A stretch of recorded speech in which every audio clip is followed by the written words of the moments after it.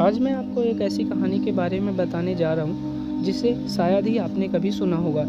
एक बार ग्वालबाल अपनी गायों को चरती हुई छोड़कर भगवान श्री कृष्ण और बलराम के साथ खेल कूद में लग गए।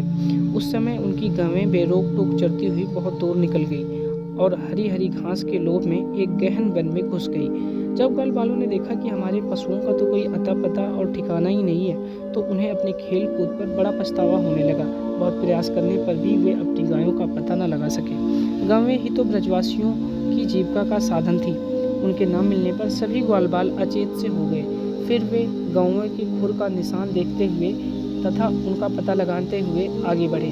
अंत में उन्होंने देखा कि उनकी गायें सरकंडों के वन में रास्ता भूलकर डकार रही हैं। वे सब गायों को लेकर लौटने लगे। उस समय सारे ग्वालबाल बिल्कुल थक गए थे। उन्हें जोर से प्यास लगी हुई थी। इससे सब के सब व्याकुल हो रहे थे।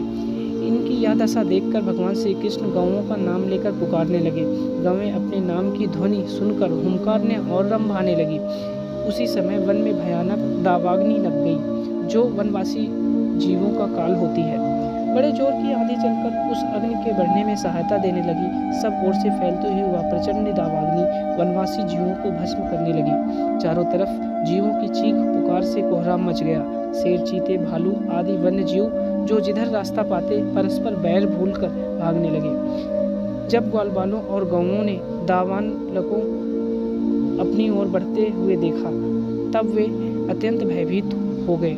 युद्ध से भयभीत ग्वालबाल भगवान श्री कृष्ण और बलराम को घेर कर प्राण रक्षा की प्रार्थना करने लगे। उन्होंने कहा, हे माधव, हे दया निधान भगवान श्री कृष्ण, हम सब तुम्हारी शरण में हैं। हम दावाग्नि से जलना नहीं चाहते, हमें जल्दी बचाइए। हम लोग भाई बंधु मित्र रक्षक सब तुम्हें ही मानते हैं। श्याम सुंदर, तुम्हारे सिवा कोई भी हमारा रक्षक नहीं है। हमें केवल तुम्हारा ही भरोसा है। अपने सखा ग्वालबालों के दीन वचन सुनकर श्री कृष्ण ने कहा, मित्रों, चिंता मत करो, मैं तुम लोगों की अवश्य रक्षा करूंगा। तुम सब अपनी आंखें बंद कर लो। भगवान की आज्ञा सुनकर ग्वालबालों ने बहुत अच्छा कहकर अपनी आंखों को बंद कर ली।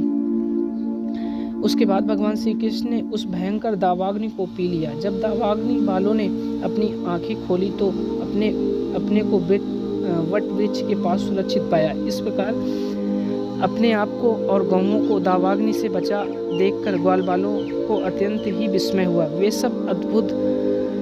सब श्री कृष्ण की बार बार स्तुति करने लगे। ग्वालबालों ने भगवान श्री कृष्ण के इस अद्भुत कर्म की चर्चा अपने परिवार में की। सभी गोप मोहन की इस अलौकिक लीला से आश्चर्यचकित होकर उन्हें कोई बड़ा देवता मानने लगे।